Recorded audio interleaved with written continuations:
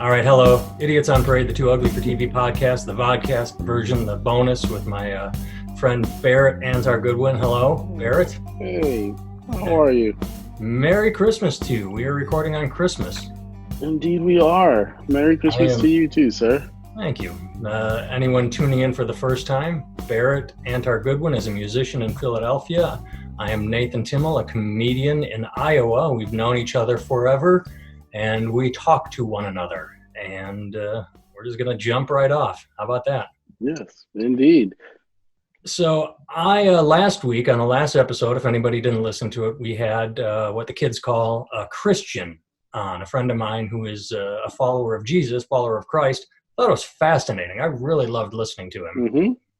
And I wanted to interrupt him at one point. I know I interrupted him several times, but at the end, I don't want to say it was getting too long, not like he was getting too long, just the whole thing is like, I don't want to go down another path and another.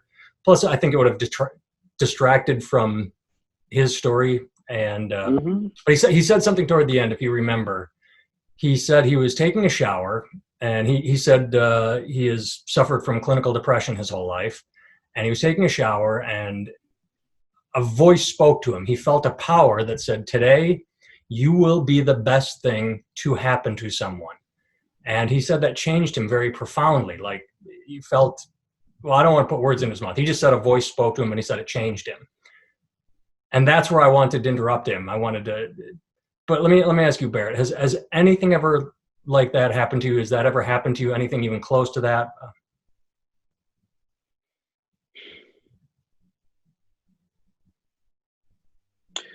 Yeah, I suppose. There are definitely moments in my life. I guess it depends on what you mean by that. Meaning, like, am I standing in the shower and I hear a voice? Normally, when I'm in the shower, I talk to myself, so I already hear the voice, right? But if you mean like, have I had somebody or someone say something to me that hit me and had a profound impact in that exact moment in a way that changed my life? Yes, I've absolutely had that happen. Not so much someone, but the way he described it made me think of the hand of God. Like, not someone saying something, but something you can't explain. Like, you're alone, but something happens. Okay. Yes, I've had that happen. It generally just sounds like the voice of me or my parents. And it's generally something that to me, it's like when I'm just doing nothing, or I'm in the shower or driving or whatever. It's just something that you've done 1,000 times, you know? There's moments where I will have a profound realization that has nothing to do with what I'm doing at the moment. So it just seemingly comes out of nowhere, you know what I mean? And I would have a realization that, not even a realization in the form of a choice. Like, this would be a good idea for you to do. And then from that moment on, it's up to you to do something about it. You know what I mean? And and the times when I've said yes to that thing and followed it, it's always worked out well. And the times that I've been like, yeah, what do you know? You're just me, whatever. And maybe that's it. I disregard the voice of God and assume it's just my latent subconscious. And then I don't listen. I generally find myself, however long later, wishing I did listen. That's interesting. You know? That's fascinating, because I think I've only had it happen once, and it was almost exactly like Michael's. I was in the shower, and I was depressed, and not to go into too much details, we've probably talked about this, but my first real relationship was with, I'm just going to call her Judy, because I'm not going to throw her real name out there, but it was tumultuous. You know the story, but to anybody listening, a quick summation is, she was with a guy that abused her. I wanted to save her, and then she cheated on him with me.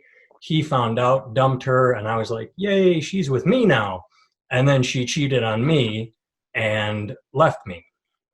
And we were right before she ultimately stopped talking to me and cut me off. we were in a gray area that a lot of relationships do, where you sort of break up, but you're still together and fooling around like, well, I haven't found anybody new. You haven't found anybody new. So, and I'm in my mind, I'm like, okay, we're going to go back to, we're still fooling around, which means we'll end up together again. I didn't know she was already seeing the other guy. So I'm in the shower and I'm confused and depressed and like, how do I, get her back? And I had that moment, like I remember electricity running through me. I remember the call her now and tell her everything. The voice, I don't remember exactly what it said, but it was like, get out of the shower and call her and talk to her tonight. Spill your guts, have your Jerry Maguire moment. You complete me. And so, I mean, I got out of the shower naked, didn't even grab a towel, went to the phone, called her, said, I got to talk to you tonight. And I felt like I could have lifted a car.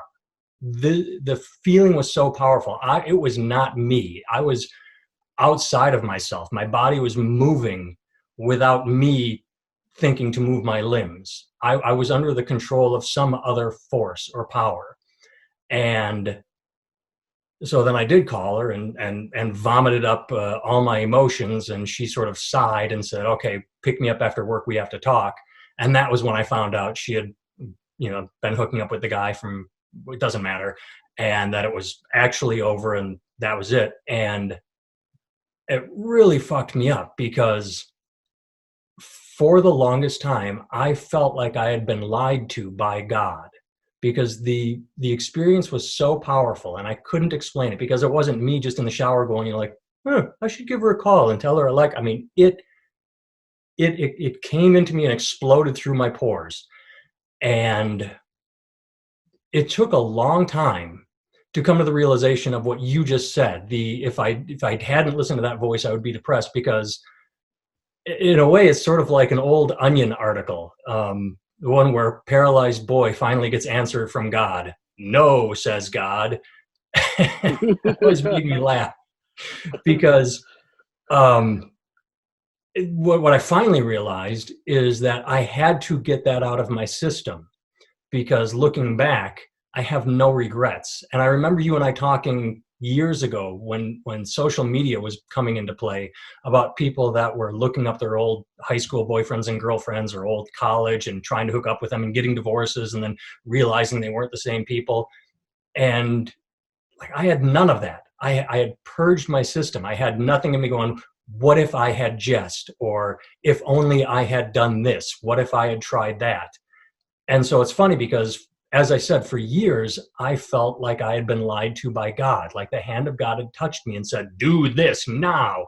And I did it under the assumption that everything would work the way I wanted it to at the moment. And then ultimately what happened is it worked out the way it was supposed to, where I ended up with another woman, and she taught me more about love and relationships and give and take, as opposed to give and then the other one taking, and then another relationship, until I finally met my wife. And, now I get why I had to get that out of my system.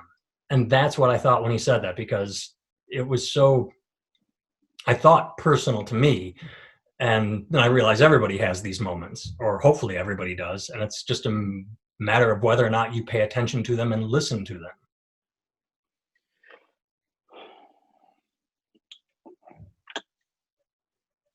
And again, this is just my personal experience, so feel free to say whatever you want. Well, no, I mean, it's interesting. I'm sorry. I'm taking this is, in case you didn't know, this right here. This is my thinking posture. That was funny, because for a second you smiled, and I'm like, okay, here it comes. Now he's going to shit all over. And that's fine. You can, because I realize it's a silly story, but No, it meant something to me. Not.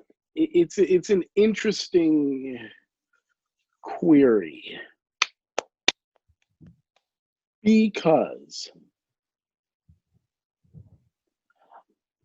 I wonder. All right, there's a guy named Brian Dispenza, right? I think he's a doctor of some sort, whatever. But he does a lot of like psychology, biology, intermingling stuff. And one of the things he says is that your body is your subconscious mind, right? Like the way that we are raised and trained in this country, how we feel on the inside generally manifests through some kind of physical thing, right? Like they're just the way our subconscious is literally intertwined with our physical body, right? So, I was going to say, I believe all of that because I believe we store memories in our at cellular levels. Because absolutely, you and I have had a absolutely. conversation, and we could get into this later, but I have started doing yoga again lately. And the reason that is a big deal is I remember telling you years ago, I couldn't do yoga because it's supposed to be very relaxing. And I would start stretching and I would get angrier and angrier. And I finally Right. realized I was releasing all the anger I had inside me. Like the more I would stretch, and Yes. I'd been storing it up. And so now I'm doing yoga again and I don't get angry. I'm like, wow, that's neat. I'm not Right. releasing all my anger through yoga. But I Right. would get so Right. angry. I'm like, I can't do this. Oh, it's Anyway, like when so I people do believe say, in cellular memory. I do uh, believe we store memories inside us. Continue. well, we do that, and then so my question is this: I wonder what the message is, right? Because the message is probably an intense feeling of some sort. Like you said, you felt electrified, you felt strong, you felt like you could lift a car, all this stuff, right? So I wonder if the message, when it comes through in that sense, and we interpret it. And however we interpret it is what our actions dictate, right? Or does it come through and is the message actually really clear? Go call her right now and do this. Or is the message a feeling of something, and then we interpret the message to be go call her right now? Do you know what I mean? Does that make sense? It does, I'm not but sure that I'm asking the question properly, but I well, wonder, maybe I you didn't know? explain it properly, but like Michael, I heard a voice. I mean, Yeah.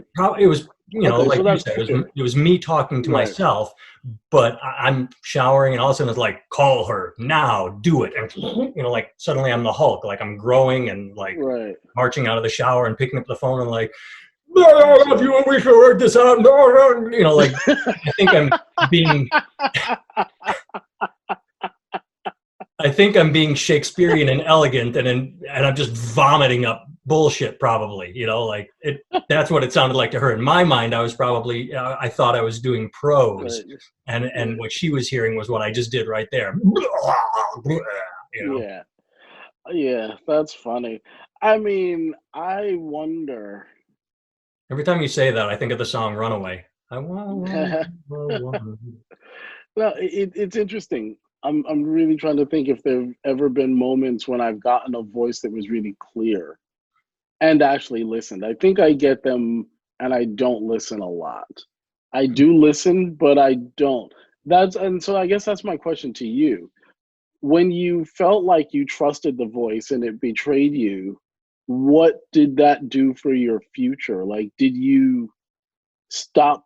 Like, did you continue to trust your instincts and continue to trust, or did you take any of that on yourself?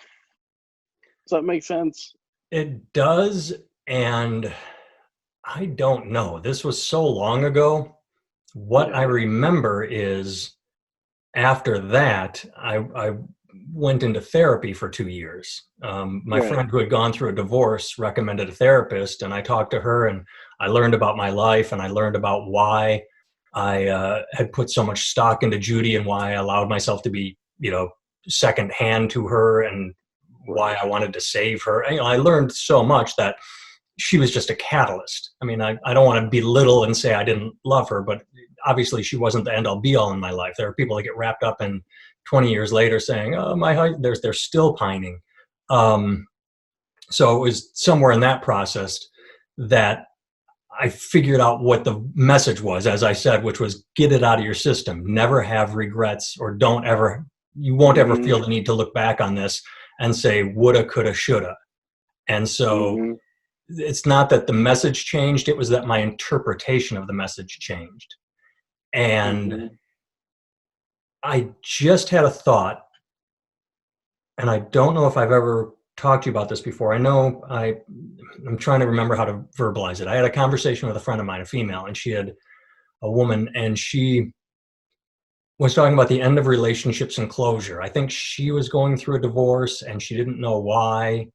And the point is, at one point she said to me, the difference between men and women, me, because the advice I was giving her, talking to her about the situation she was in, is she said the difference between men and women is that women need closure and men don't.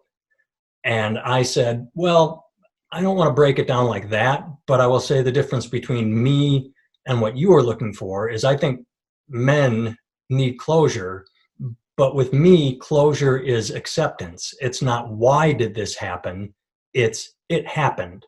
I may never understand why she cheated on me, but it happened and I accept that.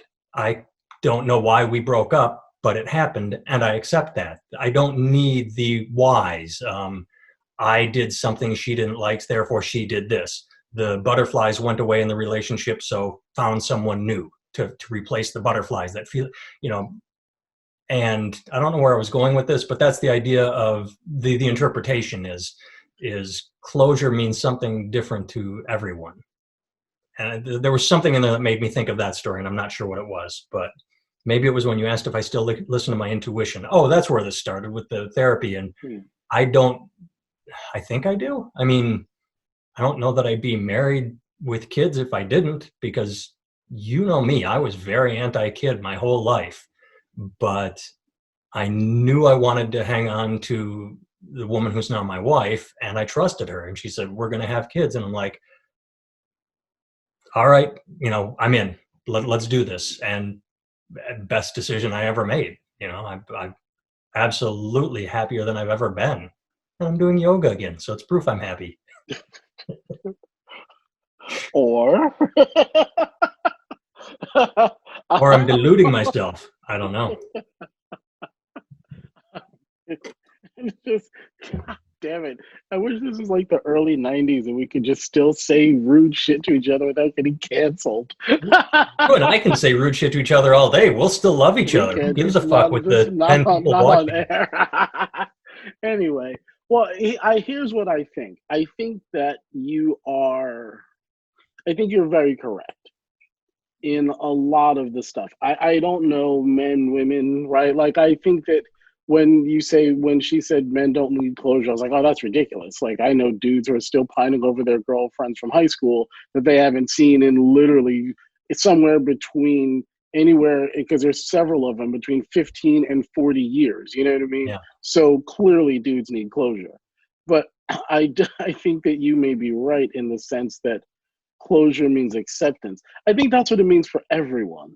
I guess we may just all get it in different ways, or maybe not. Like, maybe it's not a male female thing. It's just a personal thing, right? Some people need to say it, and you just needed to get it out of your system, to release it into the air somehow. Some people need to write it in a letter form and light it on fire and watch it float away. And other people need to say it to the person's face. Do you know what I mean? Yeah. And see the person not give a shit, right? See the person go, sorry, but I'm going off with so-and-so. You know what I mean? Like, whatever it is, like, but that moment for some people breaks them, right? But then for other people, it makes them. That's the moment, right? Like, I could think of one of key moments where, like, I was at a jam session and just fucking at a jazz jam session, just humiliated by the band. The band leader just said some rude. I sucked at the time. I had no business being up there, but I was a kid, and that doesn't mean I deserve special treatment. But it was clear that I was in way over my head. I didn't want to get on stage, and then he kind of humiliated me in front of people, and I went home, and that made me double down on practicing. I was like, fuck that motherfucker. Like, it didn't break me.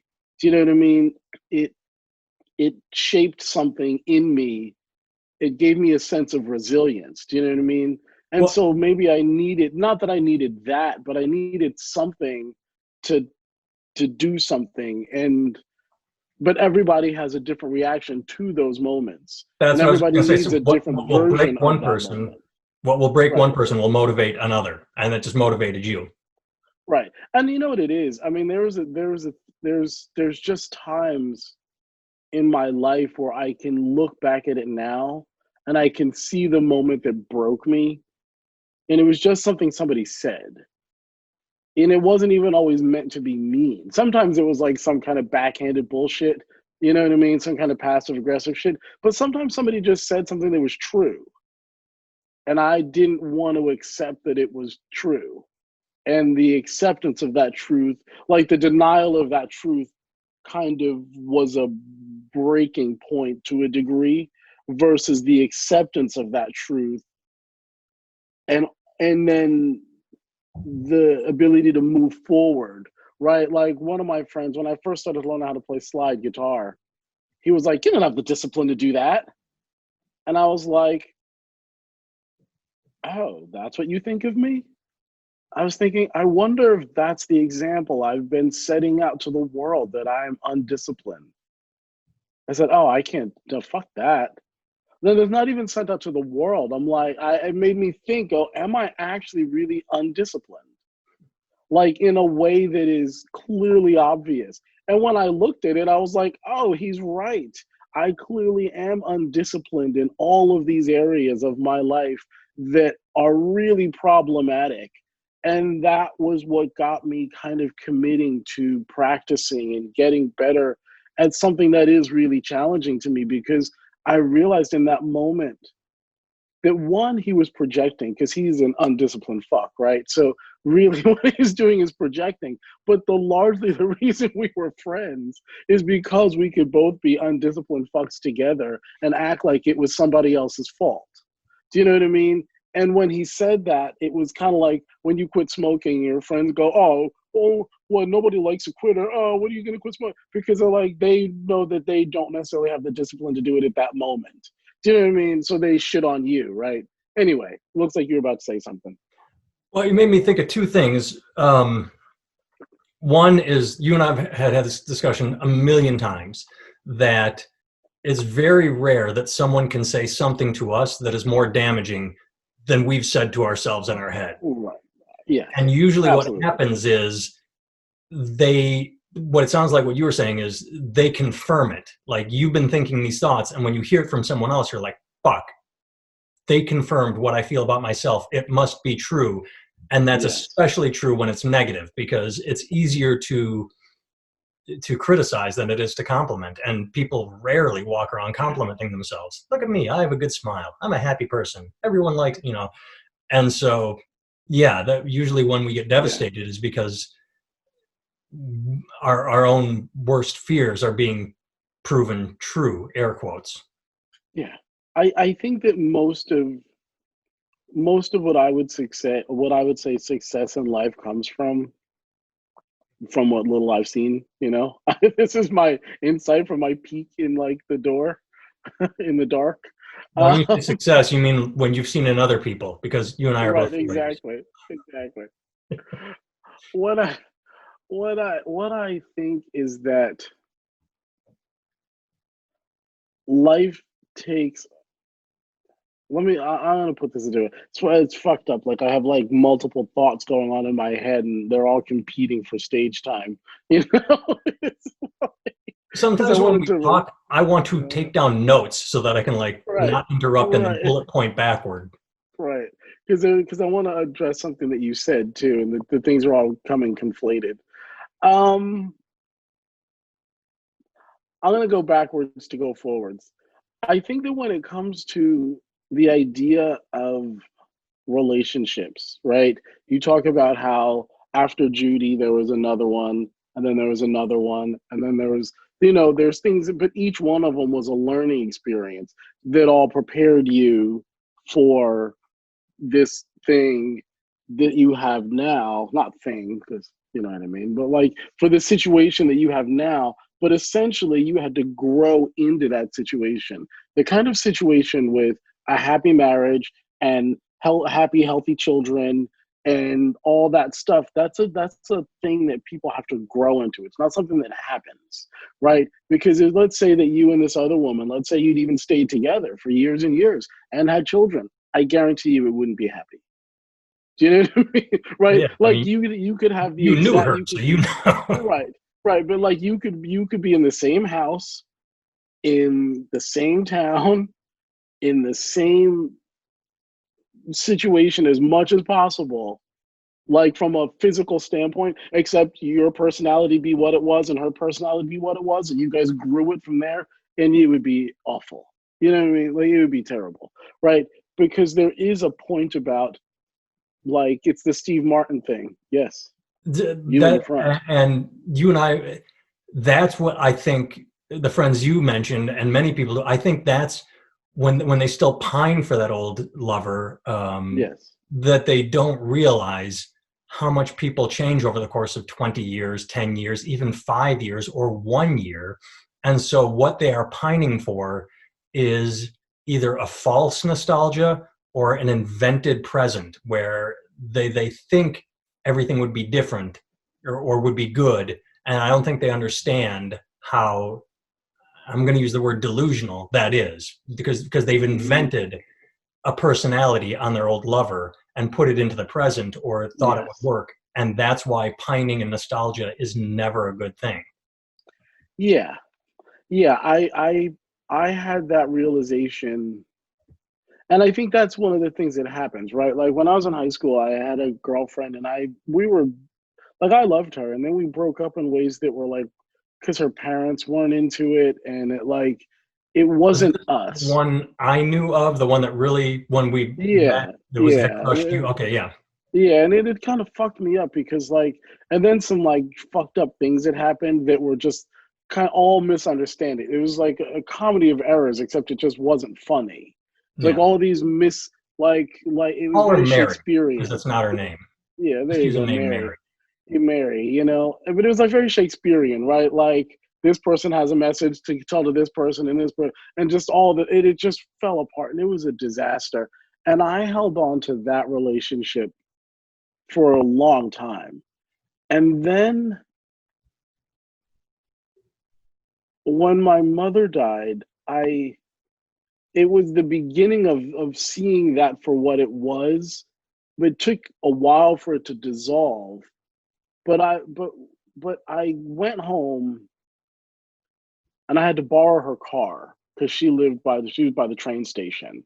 So I took the train in, and then I borrowed her car to drive to my house, and then came back and dropped it off with her afterwards. And she was a very different person than I had remembered, you know? And then I saw her again like 3 or 4 years later, and she was so different than the person I remembered that it was much easier for me between those two experiences. One, when I was kind of still in the thick of it and going through stuff, and then one a few years later, those two things kind of gave me an insight into like being able to let it go, or at least like start to just loosen my grasp of it, and then find a place for it in my heart where it can live and be like a really pleasant memory when I am like, oh yeah, we really had some good times, but not be something that I grasped after. Do you know what I mean? But Right. I think that had I not been able to come to some kind of, that's the closure thing, right? Had I not been able to come, had I not seen her, I might not have been able to do that, because it's true, like in that interim period when I would be dating someone, she was always in the back of my mind. Do you know what I mean? Yeah. Like I wasn't cheating on them physically, but I was cheating on them mentally. Like in the back of my mind, if she came back, I would have left them. Do you know what I mean? And I knew that, even though I knew she wasn't coming back, right? Like it's like, but it's like that, like kind of that neurosis, right? Of just like wanting something, especially something from at such a young age. Like it made me feel so not like my normal high school self, right? Like my normal high school self was pretty shitty. You know what I mean? Right. And so like when I met someone who made me feel not like that, like it was so powerful. Like I felt not like that. You know, I felt great. I felt good about myself. I felt like, I don't know, and I don't know that it was her, but it was something the way we interacted somehow to me brought out the best in me. And I think what I really wanted was for her was to be able to feel like that. And I attributed that feeling to her. And then I found out you can get it from all over the place. I'm, Well, let I'm, me I'm kidding. let me because similar, very similar with me, and let me bounce this off you. I know with what I discovered in therapy. I'm not going to go into details here, but my childhood and my parents' marriage and the constant moving and losing friends all the time, not because they didn't like me, just because I learned, oh, if you meet friends and make friends, then your family moves, and so you lose those friends. Right.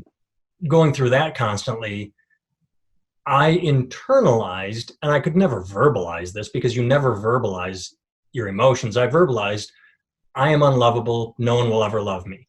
And those are not exclusive to me. Teenagers feel like that 24/7. And then I carried it with me into my 20s. And then when I met Judy, she needed me or liked me enough to use me because of her abusive relationship, and is like, okay, this guy treats me nice. And I interpreted that as, holy shit, like I can be accepted. Someone will like me. And so I went all in. And going back to what we said earlier, when she went, okay, now I'm done with you, it devastated me because it took me, like, again, it was a lie. The whole call her now, but it was the lie was someone could like me, and it took me straight back to all my old issues of no one will ever love you, you are unlovable. And that's sort of about what I heard you hinting at, maybe because of the Yeah. shitty high school you, and then you found this girl, and it's like, wow, life can be good, and then you hold on to that for too long. Am I off base? Am I using words that are too No, I mean, powerful? no, you're, I mean, I would say that like the problem, I won't say the problem that we all have, but the problem that I'm finding is that what happens when they, that saying, you give me a boy from 0 to 8 and I'll make you a man, or some shit like that. I'll show you the man. There's some saying like that, right? Um, I feel like there's real powerful things that happen to me between 5 and 8 that told me that my value was secondary to other people's value. And the problem is, is that these things got imprinted in my brain at an age in which I had no critical thinking skills. And to prove it, I would have believed in Santa Claus or the Easter Bunny.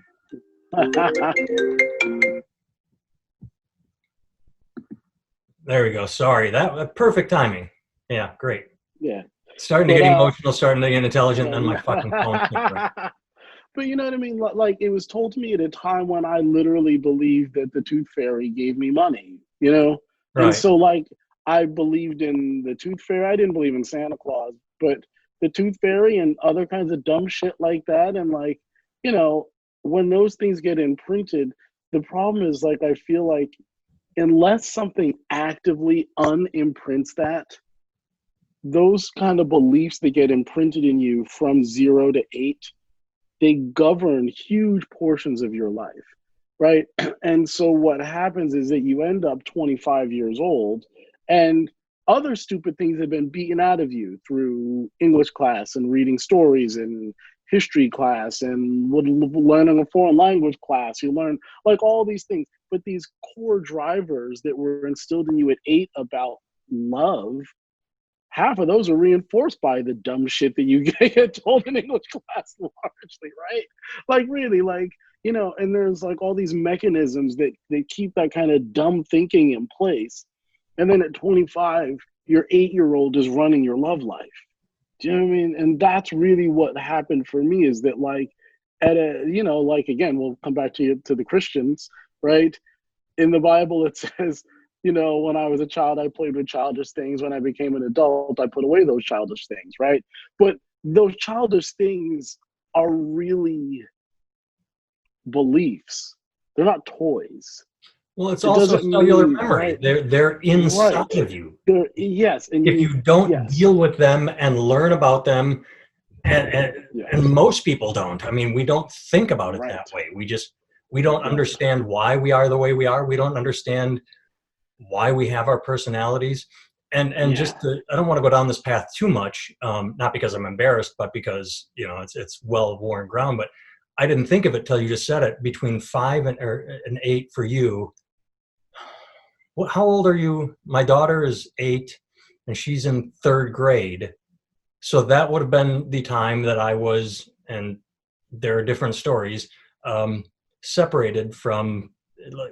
My dad says that my mom called him and said, "I can't handle my son. Come take him." And my mom says my dad came and just abducted me. And back then, my mom called the police and they said it's a family matter. So I was just sort of taken. My right. mom had left my dad, and he said, "How can I get her back? I'm just going to take her kid." And so that fairly traumatic. Today there would be an Amber Alert. Back then it was just like, she went to see a lawyer, and the lawyer said, "Well, you probably should move back in with him if you want to see your son." Like, that was the way they That handled was those legal problems. advice. That was solid legal advice Right. in that time period. But that's exactly when it happened to me. It was Right, in third grade when I got just taken. And I was a right. latchkey kid. My Yeah, I hear stories about my childhood that I have these sort of weird memories of. Like, I'll just tell you one. I didn't know this was true. I had this weird memory of being on a bus and being afraid and holding a blanket, and like just sort of watching for my grandmother. And that's all I remembered. Well, it turns out that when my dad would work on weekends, what he would do was put me on a Greyhound bus, or a Badger bus because it was Wisconsin, on a 1 hour trip from Milwaukee to his mom's house in Oconomowoc. I'm an 8-year-old kid, just being put on a bus by himself, like, okay, get off when you get to this stop. And that, like, I didn't know that memory was true of me just being on a bus around. And there's a joke that says, "Why fly on a plane and watch a horror movie when you can go Greyhound and live a horror movie?" Because anybody that's ever ridden a bus knows that's the worst of the worst. You have people jerking off, fighting. If you can fly, you will fly. And God knows what that did to me. So later, when whoever it was told me, "No, that's true, that actually happened to you," it sort of blew my mind. Like, oh, I thought I was having this weird, visual. Like, do I remember that? I don't know. But so yeah, Mhm. the shit that happens to you as a child, you carry it with you for a long time. Yeah, and in certain ways, like, I get why we like to protect our children's innocence.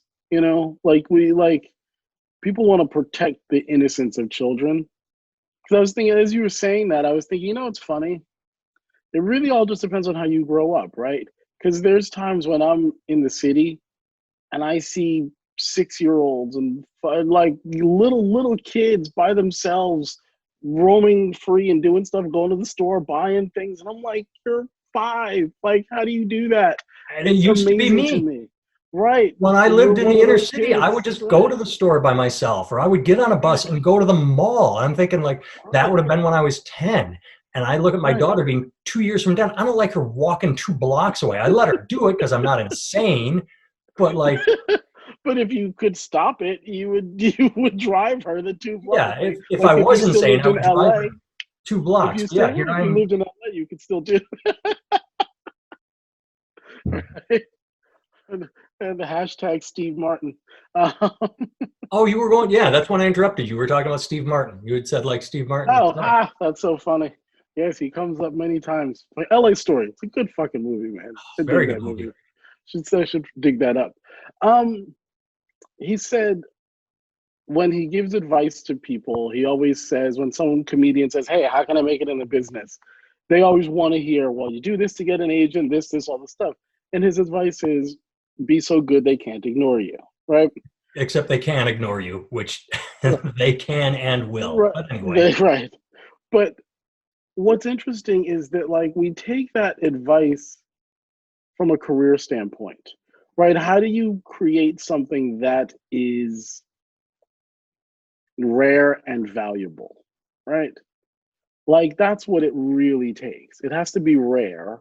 but it also has to be valuable. It can't be rare and useless, right? Like you can look at a guy like Chappelle, and he's rare these days. He's rare, but the way he delivers content and the content is kind of valuable, right? There's a certain position he has because he's rare and valuable, right? And he's an extreme example, but you could take people like Derek Trucks who plays slide guitar. There's tons and tons of people that we look at as like these icons, right? Can I I guess feel where you're like, going with this? sure, We don't take that advice when it comes to our relationships or ourselves or our love life. exactly. But what you Never thought of it did, before you said that. right? But what you did when you go through all those other relationships, it's like being a musician starting off in your starter band. You know what I mean? Like that's what it is. It's like you want to be a Start a great musician, relationship. but that's what it sounds. And listen, there's some bands that get together in high school and dominate the world and stay together forever. You And too. there's some bands that meet in high school and break up. And then they have a college band and then that breaks up. And they have a couple others. And then they put together a band like what was Sting, The 27, Police. Yeah, I right? was just And gonna then say. right. And then they go on to do it. Right. There's many different ways to do it. But the thing is that like what I notice is when I see like some of my old friends and we start jamming and stuff, I look at what they did and they'll say things about me that sound weird to me. So I'm like, the illusion you have about my life is not my life. Do you know what I mean? Like what they think the life I live is versus what I actually live are just two different things, right? But what I realize is that like the same thing, what we're talking about, it all ties in. I was in a high school band, then I was in college bands, then I was in post college bands, and then I was in more serious ones and more serious ones and more serious ones. And at a certain standpoint, it plateaued, right? Like all the bands that I was in were kind of all the same, right? They were a little bit better, like, oh, wow, these guys are like, yeah, this is like a good version of this. Then there was some that really, oh, this is like a shitty version of this, right? And it didn't change until I sought to make a change, right? Like up until that point, it had happened very naturally. I was in a band and I'd gotten better, and then somebody else pulled me up into another band, and because I was good enough to do that band, and then I'd gotten better in that band, and then I'd gotten in, I'd started at zero, and I just kind of play my way up by getting up to speed with the band. Each one progressively would make me better. But there was a point at which, like, I think my knowledge, I wasn't willing to do the work anymore, right? Like to get from one level to the next, I was like, oh, I see the buy-in to get into this level is this. And I wasn't actually willing to do that. I could see that now. At the time, it was like, oh, it's just not happening. Oh, it's not happening for me. Oh, I just need to keep doing more of this. But what it was is I wasn't really willing to do the work. And I think relationships are like that too, right? You go through them and you're going to stop at the one in which that's the amount of work you know you're comfortable doing. And in your case, you worked your way up to something that is actually like a good gig, right? Like on like you know what I'm saying? Like it's a good gig. It's like, all right, if this is the gig that I stay in, this is a good fucking gig. I worked my way up. But many people just don't work past their high school stuff. You know what I mean? I do, and I have two thoughts. One is it's still work, and that's Right, what makes it absolutely. great. Is it's But it's still the work. work It's you're not like willing to do, right? It's also fun. work you're willing to do. And the other thought was you made me think of the NFL because you don't follow the NFL, but what happens is there are I'm going to make up these numbers. There 2,000. There are 10,000 high school teams, 5,000 college teams, and then the 32 I think NFL teams. So you can play high school, no problem. It's difficult to like. I think one of all the high school jocks that were on the football team, I think I remember one of them getting on a college team. But then to get in the NFL, and if you did follow the NFL, what you'd see is there are so many draft picks, even first round, even top dollar draft picks that flame out. Because what they do is they continue working at the college level Yeah. when they've jumped to the NFL, and it doesn't work. it's It doesn't work. still Yeah. effort required, which is the marriage thing. Like my marriage is still work. It's not a Yeah. slog. I don't dislike it, but it's an uneven road, and you have to work to keep it on the straight and narrow as much as possible. And Yeah. so, an example everyone hates Tom Brady because he's so successful. I think people forget his beginnings, that he was the 6th round draft pick, that he was a backup quarterback, that he had to fight to be a starter. And then he still works to this day. You never hear him slacking off. That's why he has 6 Super Bowl rings. That's why he's been in the playoffs. But it is work. When you hit that level, it doesn't mean you stop. It means that's when you work harder, and that's marriage, that's a Yeah. relationship. And I agree with you 100%. I think that was brilliant.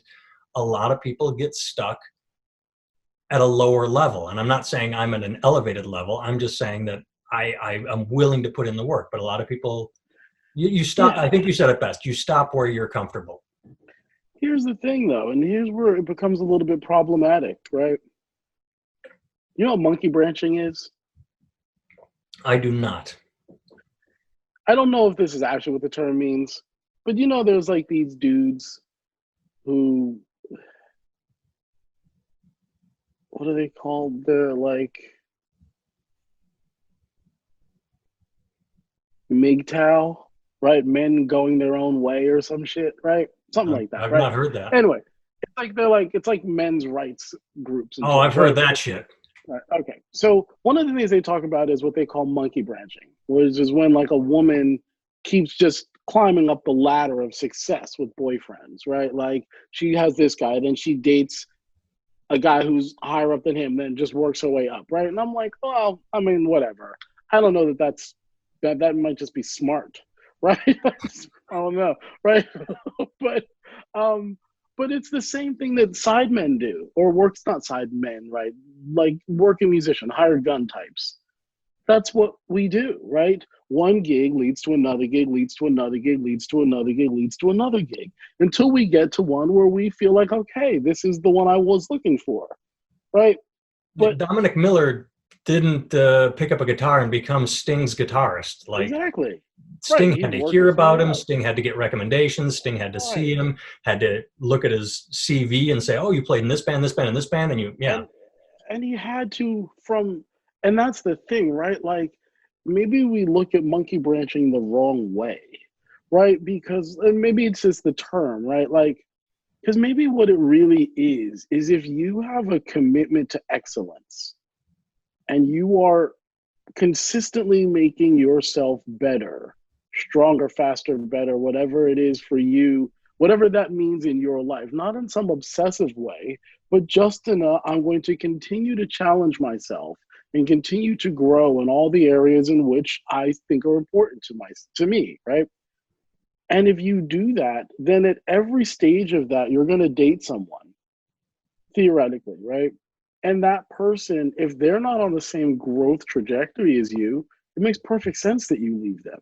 Just like it makes perfect sense that you leave the band, right? Like if you're in a band and everybody is, and you're like, and everybody's good, they start at the same level, then you're studying and practicing and learning harder stuff and challenging yourself, and you keep getting better while everyone else in the band isn't. What do you do at that point?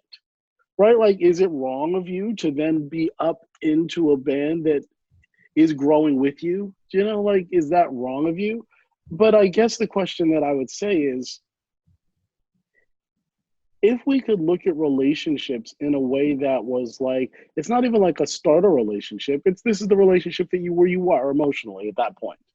And you continue to grow through lessons you learned in that relationship, arguably. Right? Like it's those trials and tribulations and good things and whatever that gave you the experience to know what you knew to utilize in your next relationship, right? But I wonder if there's a way for us to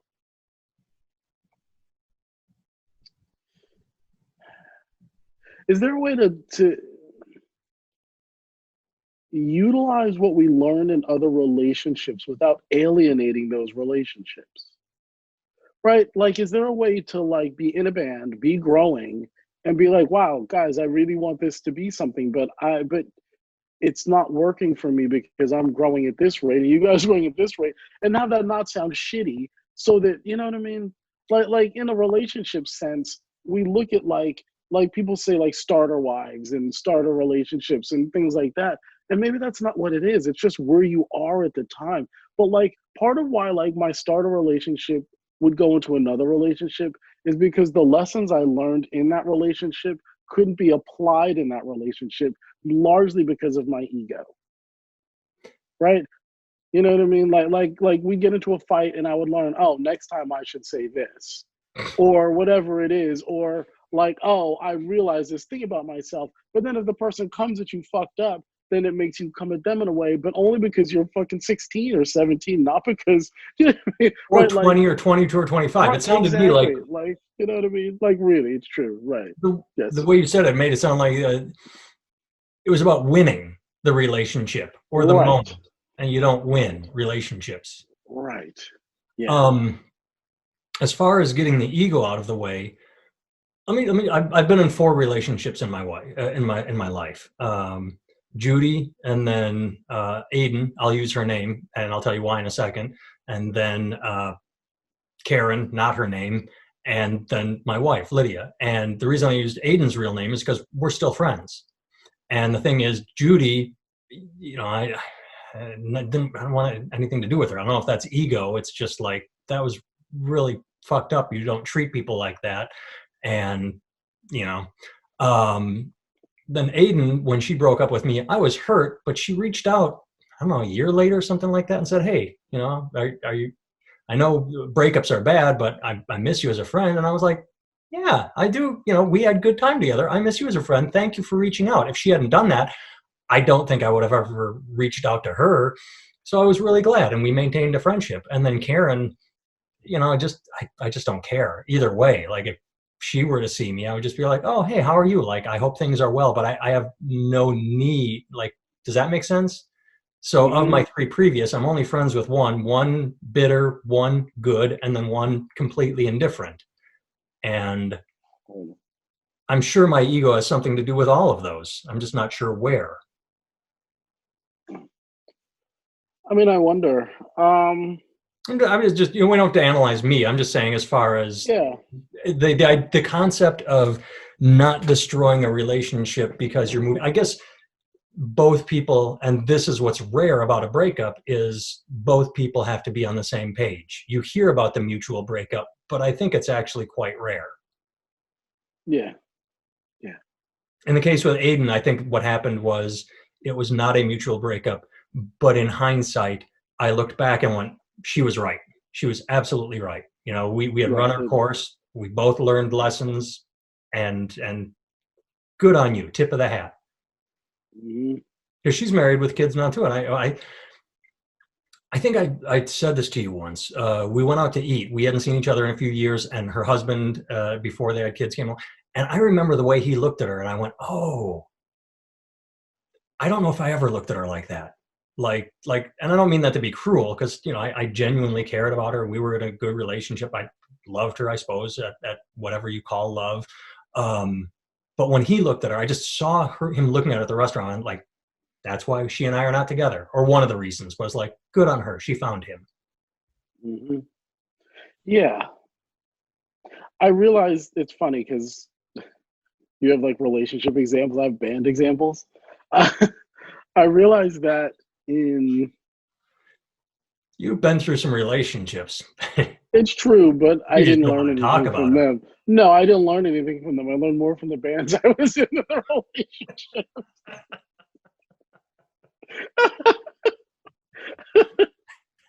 Um, I'm not sure if that's good or bad.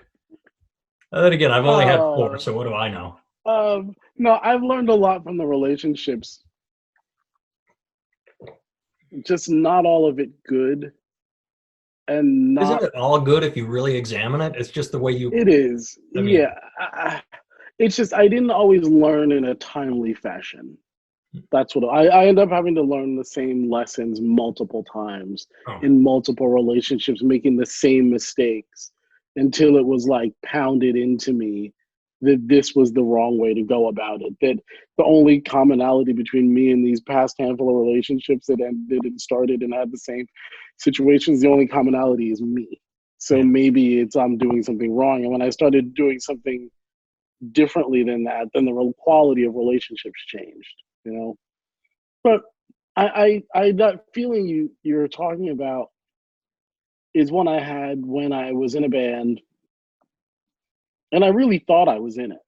And I really did. Like, I felt like I'm committed to this and I'm in it and I'm doing this and this is my band. And I walked around and I talked about it to everybody and I rewrote songs and we did stuff and all that other stuff. And then we broke up after a couple of years. And I put together my own band. And I had a very different experience. You know, I was like, oh, like, sorry, my light keeps falling. Um, I realized that like I was writing charts and diligently making sure the music was together and calling everybody for rehearsals. And I mean, like, it wasn't I wasn't doing that. And the other thing, it didn't have a sense of urgency, kind of because I realized at a certain standpoint that it wasn't going to get any better than it was. And I didn't feel like they could see it.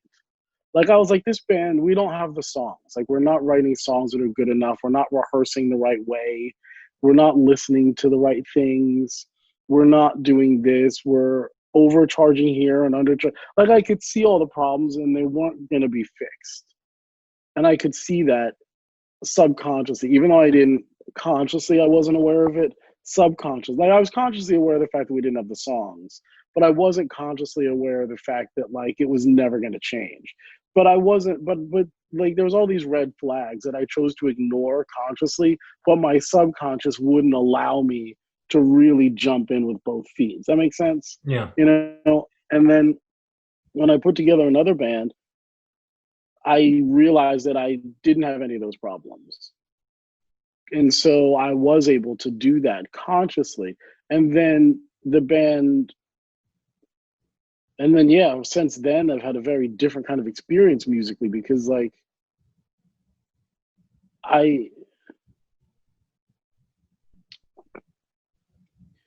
it really is like relationships. Like, you work your way up to the bands that are great, just like you work your way up to the relationships that are great. You know what I mean? Like, you earn them, you know? But good Lord, this light thing is going to drive me crazy. Well, we're at about an hour now, we're there, which is fine because I'm just going to start repeating myself and getting annoyed at this light. But it's interesting, right? Like when you talk about Dominic Miller, he earned the Sting gig. It wasn't given to him. He earned it. Like he did the work necessary to have the buy-in to be in the circle of people who would get considered for a job like that. And that comes back to what we're talking about. That is rare and valuable. You know what I mean? Like he's a rare and valuable guitar player because of his unique skill set. If for a guy like Sting, that's the guy. That's why he's been his guitar player forever at this point. Yeah. You know what I mean? Same And Sting's using the background singers, right? He's using the same ones since from the Police days because they have a rare and valuable skill, you know? Peter Gabriel and Tony Levine or Tony Levin. I always hear it pronounced right. different ways. But yeah, right. That's like real shit. Once there it goes. All right, let's use that as an excuse. This is as the episode started. This is the hand of God coming down and knocking over your light, saying, "Will you two shut the fuck up with your blah blah blah blah blah? I was in a band. I got dumped. You both fucking losers." That's God yelling at us. God damn it! What do I do to get the tongues out of these motherfuckers? Worst thing I ever gave them. Good talking to you. Yeah, you too, man. Stay out of trouble as much as you can. Oh, hi, it's Nathan. I'm back at the end of the podcast quickly. I actually chopped off the part where we said goodbye because you're not missing anything. But we forgot to talk about what we do. We talked about our lives, but during the podcast, I kept saying, I'm not going to go into detail. I was talking about my childhood or my relationships, but if you are interested in details, I actually wrote a book about my life. It's called I Was a White Knight Once. You can find it on Amazon or Barnes & Noble. It's on the Nook and the Kindle and paperback. So if you are listening to this, it's called I Was a White Knight Once. And if you're watching the video, well, I've got a graphic of the book up right now. Barrett, Antar Goodwin, is the musical director for the Katie Henry Band. And they have an album out on Spotify, Apple Music, Google Play, wherever you can find music, Pandora. It's called High Road. And she can be found at katiehenrymusic.com. And Barrett can be found at antargoodwin.com. So pick up my book, stream her album, or buy her album. I bet if you go to katiehenrymusic.com, you can order it and she will autograph it and send it to you. And you can ask for Barrett to autograph it too. So there you go. Those are the plugs we forgot to do at the end of the podcast. Thanks for watching or listening. Go buy our stuff.